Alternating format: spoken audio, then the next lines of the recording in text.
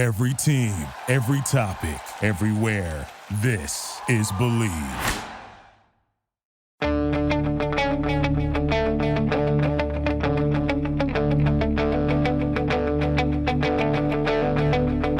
Ich warte seit Wochen auf diesen Tag und tanz vor Freude über den Asphalt.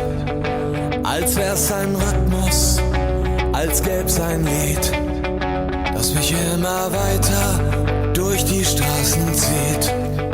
Komm dir entgegen. Hello and welcome to Gegenpressing, the Bundesliga podcast. I'm your host, Manuel. He's Stefan Bienkowski. Long pause there, Stefan. It's been a long week. I was going to say, there's such a dramatic pause. Oh, I almost forgot all my lines here. I thought you were going to be like, nah, do you know what? I can't be bothered. Let's just not do this.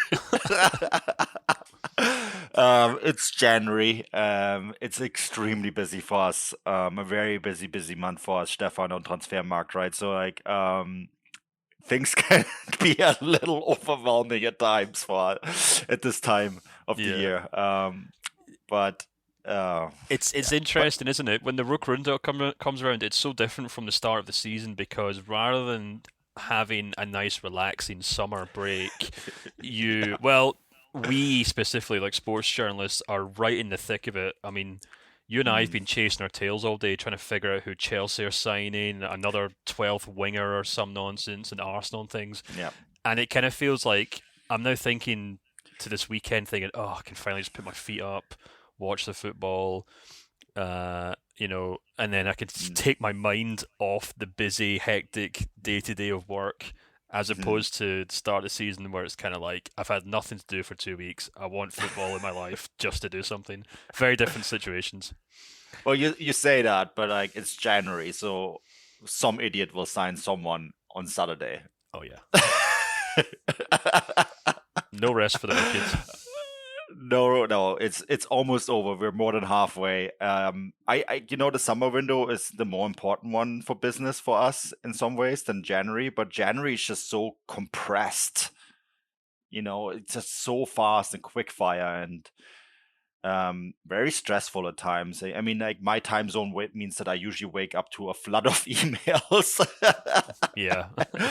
10 different chats going that I just need to catch up on, and then You often wake up to me crawling across the finish line at the end of the day and passing the baton on to you before I pass out.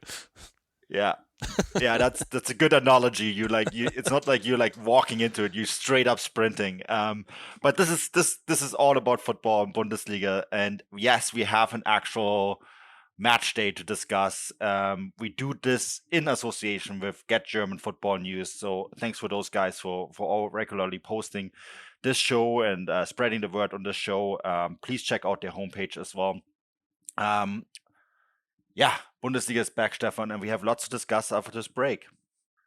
This episode of the Gegenpressing podcast is brought to you by Bet Online. Bet Online remains your number one source for all your sports betting this season. Everything from NFL playoffs to pro and college basketball, UFC, MMA, and more. You'll always find the latest odds, team matchup info, player news, and game trends at BetOnline. With live betting options, free contests, and live scores for almost any sport or game imaginable.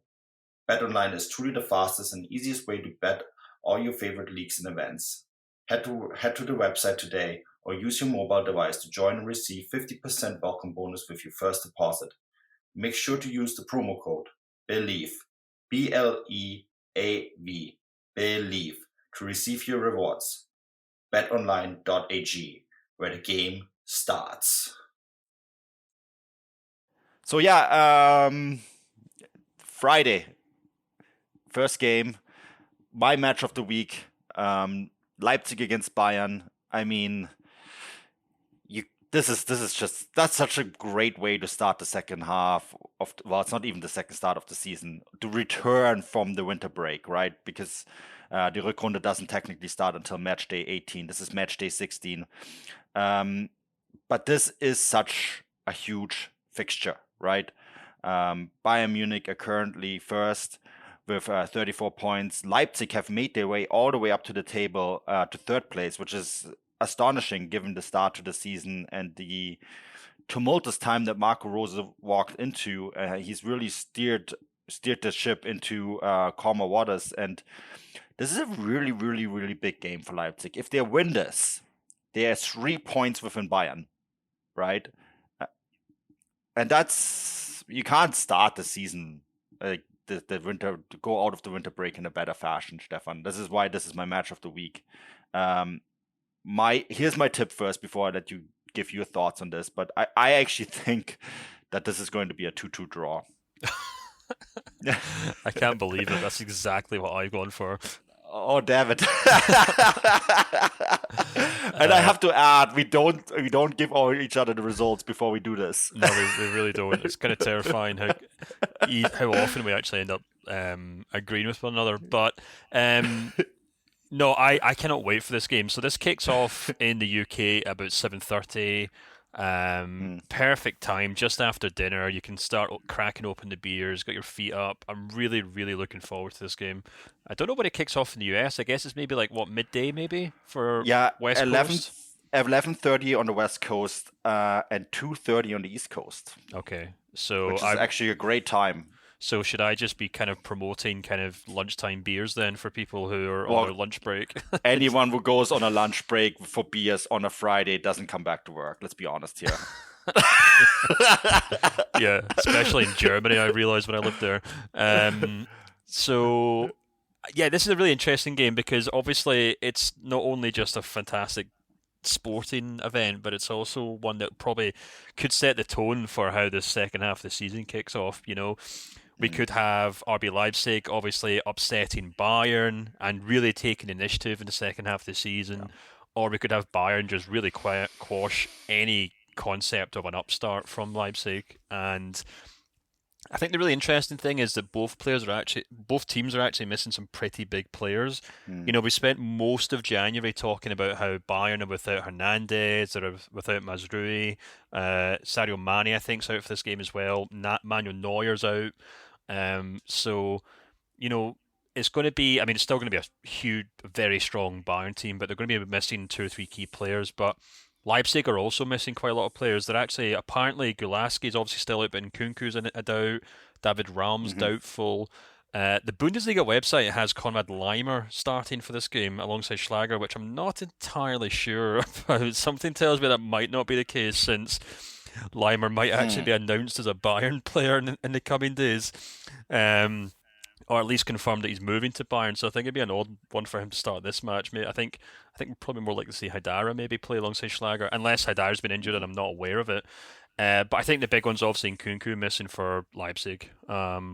He is kind of Mr. Leipzig right now, and although a Danny Olmo or a Forsberg, someone like that coming in, I just feel like they don't offer the same impetus. But having said that, I also don't think this is going to be Bayern at full strength either. There's a good chance Jan Sommer's probably going to slot straight in there.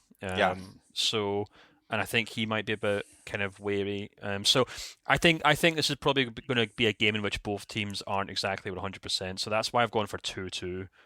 Because although I think it's perfectly plausible that either of these teams could actually go on and win this game.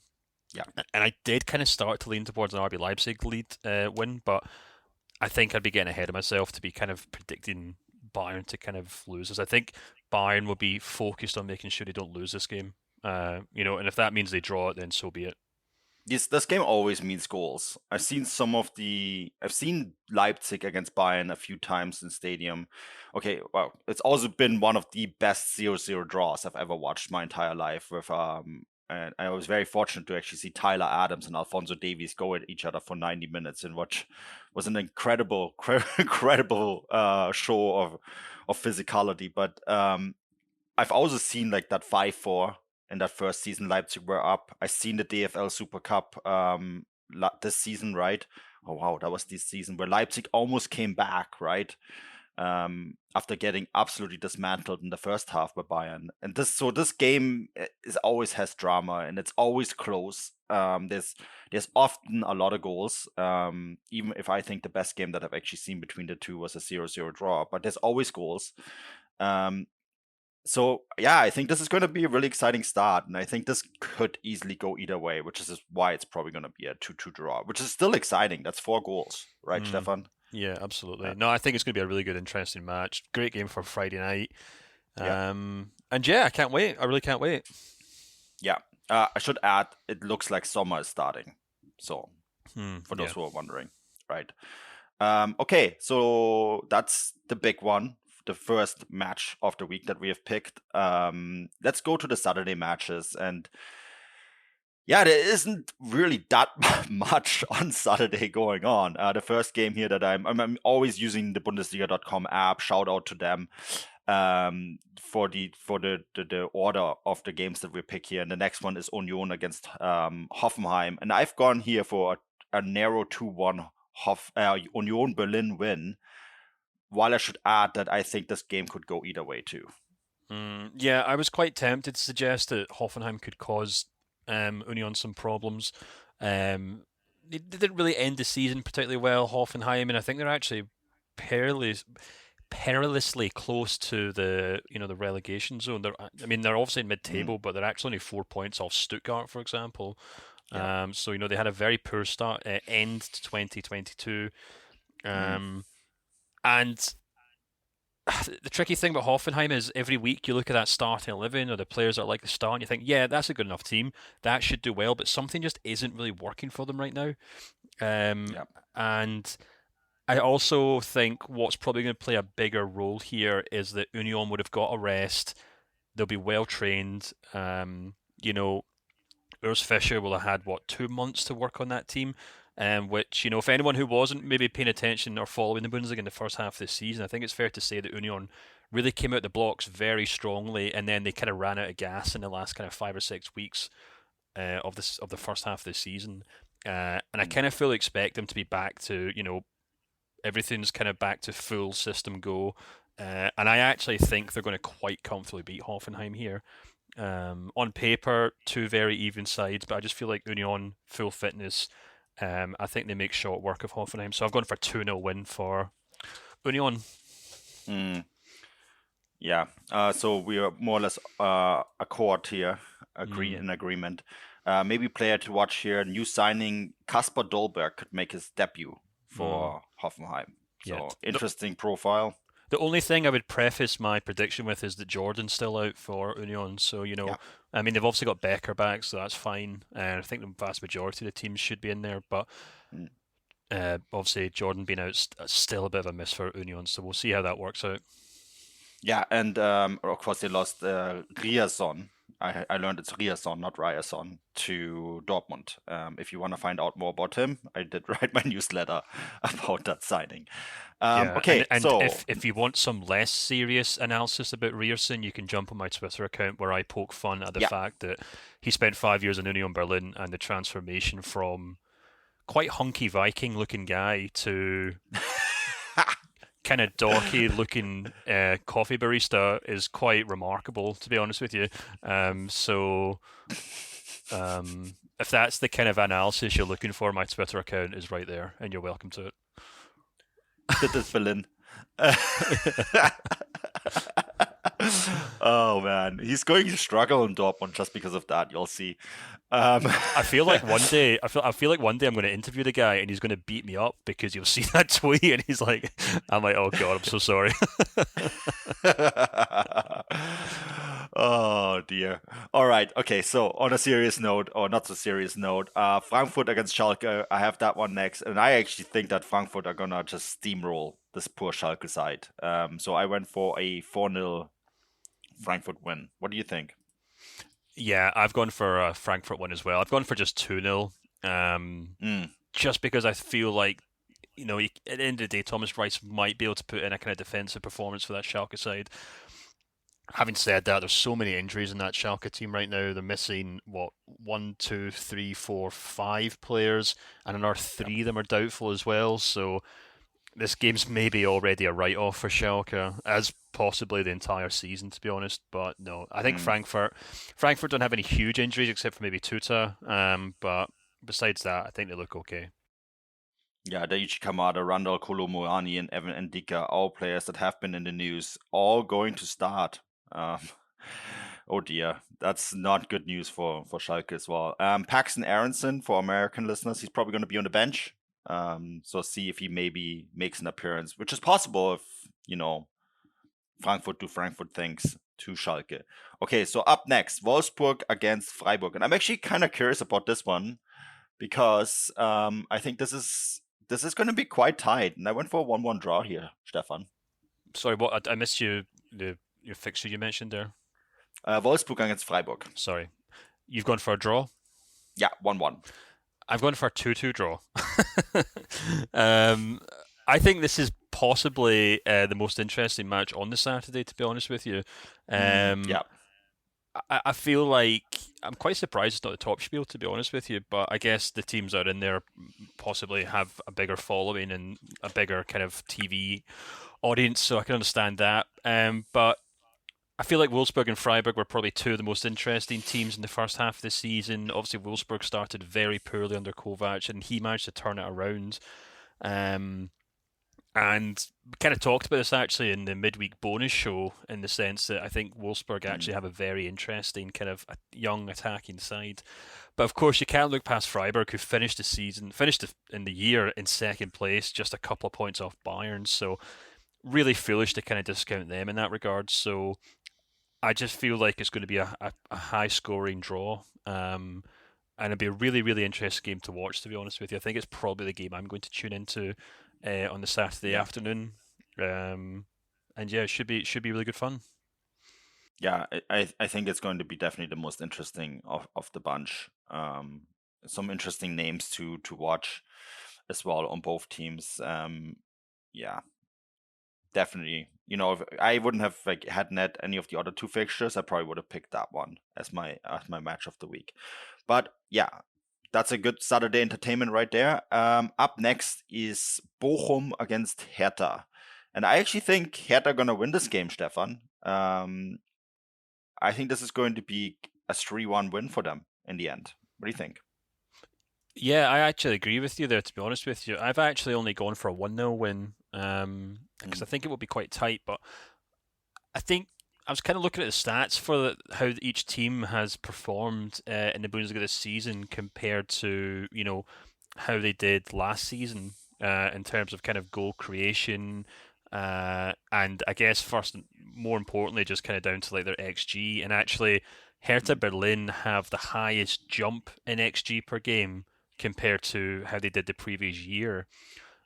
Which, admittedly wasn't very high last year, and it's still not that high this year, but it definitely suggests that there's quite a lot of progress being made at the club. And, obviously, I'm not just saying that because we sat down with, the club sporting director recently, but I remember a lot of Hertha fans saying to me in the first half of that season that, don't write us off, we're actually doing quite well, etc., etc. And I think there's grounds for optimism, even if they only finished the year with 3 defeats from their last 5 games. But I think they're slowly but surely kind of getting back on their feet, and a win here would be a huge start to the season for them, because obviously they're only 1 point above Bochum, who are in 17th place. So it's a really important 3 points for them, I think, if they want to start the season well, and I think they will with a 1-0 win. Remember when Fredi Bobic said that he wants to encourage his coaches to play German number 9s? Well, it looks like 20-year-old center forward Derry Sherhunt, who comes out of the Hertha Academy, is going to start this game. So, something to keep an eye on, I guess. See if Bobic is true to his word. And yes, I encourage anyone to listen to that show. It's very, very in depth, the Fredi Bobic interview. But yeah, so okay, let's move on. Stuttgart against Mainz. Our favorite head coach Bruno Labbadia finally added, Stefan, against Mainz. I actually went for another 1-1 draw here. Interesting. So we finally separate our predictions because I've gone for a 2-1 win from Mainz. I'm really, really struggling to get excited about this game. Yeah. I'm so sorry to Stuttgart and Mainz fans. I know there's at least a few Mainz fans who do listen to the show, so I apologise for being so discouraging. But I just think both these teams are in a bit of a rut right now. There's just not a lot going on. Stuttgart just kind of pissed me off, to be honest, with the transfer activity recently. Seems like a club going in circles, and Mainz are absolutely fine, I guess, in mid-table, but I was looking forward to seeing them doing quite well this season. It hasn't really worked out yet with Bo Svensson. They've got obviously still got some injuries up front with Burkhardt and the likes, but having said that, I think it's been a really tight game, and it could easily go either way, but something just makes me think that Mainz should have enough to kind of steal a 2-1 win from this match. Fair enough. Okay, so that gets us to the Topspiel, the scheduled Topspiel, Köln against Werder Bremen. I actually have a piece come out on Köln striker Tigges on Transfermarkt. I think that should be out by Saturday, so keep your eye on that. But other than that, I think Tigges or not, I think Werder Bremen are gonna win this game pretty easily. Actually, Stefan, I think their two strikers up front are gonna just cause havoc, and they're gonna win this game 3-0. Interesting. Yeah, I have to kind of agree with you, to be honest with you. I saw a really interesting stat actually about Cologne this week that when it comes to winning games that they're expected to win, they've only lost one game this season, I think. And I think that does a really good job of kind of illustrating that there's still a very good team at getting the points against the teams that are supposed to win against, which kind of suggests to me that, at home against Werder Bremen's a game that you would kind of expect Cologne to kind of grind out a result. Having said that, they are kind of really in the middle of a really big injury crisis still. Yeah. I think Thielmann's probably the most recent one that Stefan Baumgart was complaining about this week. Who's, obviously a lot of pace that they desperately kind of need right now. But, they're not really the kind of home side the formidable home side that they quite were a season or two ago. They've only picked up 11 points from 7 games, the middle of a kind of injury run. And if you compare that to Werder Bremen, who, maybe had a poor end to 2022, but seem to be thoroughly enjoying themselves this year. They're still happy sitting in 9th place, which is probably much higher than they were kind of expecting to sit when they got one promotion. And as you mentioned, they've obviously got 2 really impressive players. One in particular in Füllkrug, who we've talked about already this week, so listeners can go back and listen to that. And yeah, I think they'll win 2-1. To be honest, I don't think it'll be a dominant match, to be honest with you. But I think they've just got enough firepower to get the most of a injury-ridden Cologne side. Yeah, definitely. So that's the Topspiel. I think it's actually going to be quite an interesting game. So I encourage people to tune in. That's 9:30 West Coast, I guess 12:30 East Coast, and then is that 5:30 UK time? And then, of course, 6:30 Central European time. Okay, so then that gets us to the Sunday matches, Stefan. And the first one is Dortmund against Augsburg. Ryerson, their new signing, is supposed to start. Is the word on the street. And Adeyemi could be back as well, which is also interesting. I think that Dortmund are going to win this, but I don't think it's going to be easy for them. So I went for a narrow 2-1 win here. Yeah, I've got a sneaky suspicion they might be announcing a contract renewal just before this game as well, just to get fans excited. If not, who could that be? I know. If not already announced before we've published this podcast, so it might already be news. But yeah, it'd be really interesting to see what Terzic does with Sebastian Haller here, because he was obviously doing very well in the kind of mid-season games. Scored 4 goals, I think, if not a hat-trick. In one of the games, and I mean, he's just kind of looked like this kind of savior for this team. He looks like he's just raring to go. So it'd be interesting to see whether Terzic throws him straight into this match, or if he kind of decides to keep him on the bench and kind of maybe bring him on in the second half and start Mukoko in his place. But yeah, I still kind of feel like this is a game that Dortmund should be winning. Augsburg have been quite good away from home this season, but Dortmund have only lost one of their home games this year, and I think enough of their players will be rested. They should be match fit. They've had a long winter to kind of lick their wounds over the first half of the season, and playing in front of a home crowd should be enough for them to get past Augsburg, especially if Sebastian Haller does play in some form or another. So I've gone for a pretty comfortable 2-0 win for Dortmund, but it's Dortmund, so you really have no idea what's going to happen. Yeah, absolutely. I'm curious whether Haller is back for this one. The prediction is that he might come off the bench. Same is this case for Gio Reyna, especially if Adeyemi plays and Mukoko is supposed to start. So should be a really interesting game, to be honest, but not as interesting as your match of the week, which is the final match of the match day. And I actually applaud the Bundesliga here to sandwich the two, which I think is the two most exciting games of this match day. Kind of put them back, like front end and back end. It's kind of clever. So Gladbach against Leverkusen. This is a Rhine derby, not the Rhine derby, because there's so many. But this is a Rhine derby. I'm really, this is your match of the week, so I'm going to let you take away with it. But I'm really looking forward to this one. Yeah, I think it's a really interesting game. Obviously it's a derby, which would be good fun, but I've been kind of hyping up Leverkusen for the last kind of week and a half now. So it'd be silly of me to not go on and say something along the lines of, well, yeah, it should be a good match. And I really do think that. I think, they've had like Dortmund, they've kind of had a long winter to kind of, what's the word to use? Just kind of, I don't want to say lick the wounds again, but, words along the line, even though they finished quite well, 2022 quite well, Florian Wirtz is back. I know Schick isn't kind of fit for this game, so he'll still miss out. But yeah, I think it should be a really interesting match. Now, you could probably say something along the same lines as for Gladbach, who've had a very busy January, just in terms of sheer amount of kind of transfer rumours going around. But I think what kind of adds to that is also that Marcus Thuram's expected to miss this match. So I've actually gone ultimately for a 2-1 win for Leverkusen in this game, which I think would be a really big result for them to kind of kick off the year. Because I think Leverkusen, perhaps more than any other team except for maybe Dortmund, they just seem to trade on confidence more than anything else. They've got as much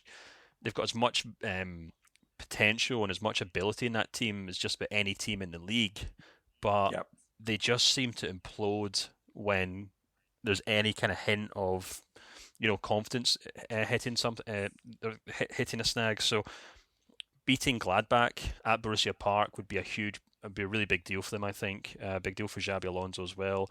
And I actually think they're probably odds-on are perhaps odds-on to do that. But I think it'll be still a good game. Gladbach will still put up a really strong start 11. Having said that, they'll be playing a new goalkeeper probably between the sticks. So that'll be interesting to see. They've now signed Omlin from Montpellier. But I think that start 11 will still be very strong. And I think it should just be a really interesting game. You mean Bayern Munich bought Omlin for Gladbach? Yeah, well, that's true. The goalkeeper switcheroo. You're absolutely right. I actually went for a 3-1 Leverkusen win. So once again, we're pretty much in agreement. I'm just really excited to see Florian Wirtz back. Yeah, Stefan. I feel like his adopted father at this point. The way that I go on about this kid, like when you go to like I guess in the US you'd call it like a pee-wee soccer game or something, where you have the dads on the sideline who can't keep their mouths shut and they're shouting along with the match and they're screaming at the referee if someone tackles their kid. That's how I feel about Florian Wirtz right now, which it's bordering on like kind of like weird fanaticism, to be honest with you. But then it works because you're a Jamal Musiala fanboy, so we balance each other out. Yeah, I mean, like in fairness, I was very fortunate to get an exclusive interview with Florian Wirtz in November, right? And I'm still extremely bitter about that. I'm sorry.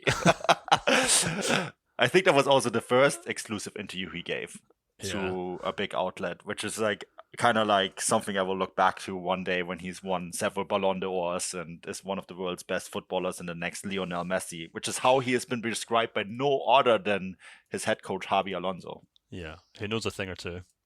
Who knows a thing or two about football and maybe even Lionel Messi. But I maybe to finish this up, but I can't wait for March when Germany play. And like Germany hasn't really gotten me excited very much, but we might see Florian Wirtz and Jamal Musiala play together for the first time. And that is going to be something to be really excited about. Manu, what the hell are you doing? I'm trying to get myself excited here for domestic football, and you're bringing it down by talking about boring international football. What a way to end the season, or to end the podcast. Okay, well, let's just get excited then for this game. Florian Wirtz is back. It should be really... I think this is going to be an exciting game to watch because there's a few other players that I want to point out. Jonas Omlin, of course, the new goalkeeper. Americans are going to watch out for Joe Scully, right? Which is another reason to watch if you're one of the many American listeners we have. But then there's also Manu Kone, who has been heavily linked with a move to Leipzig. Keep an eye on him. He's one of the most exciting central midfielders in Germany at the moment. So I think I want to point him out as well. So yes, plenty to get excited about club football before we even talk about, let's not even mention it. But as always, this show is brought to you by Bet Online.